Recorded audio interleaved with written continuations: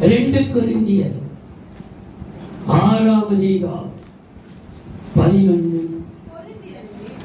2 கொரிந்தியர் 6-ம் அதிகாரம் 11-ம் வசனம் 13-ம் வசனம். கொரிந்தியரே, எங்கள் வாய் உங்களோட பேச திறந்திருக்கிறது, எங்கள் இருதயம் பூரித்திருக்கிறது. எங்கள் இருதயம் பூரித்திருக்கிறது. ஆதலால் அதற்கு பதிலீடாக நீங்களும் பூரிப்பாகுங்கள் என்று பிள்ளைகளுக்கு சொல்லுகிறது போல உங்களுக்கு சொல்லுகிறேன். அந்நிய நுகத்திலே பாருங்க 14.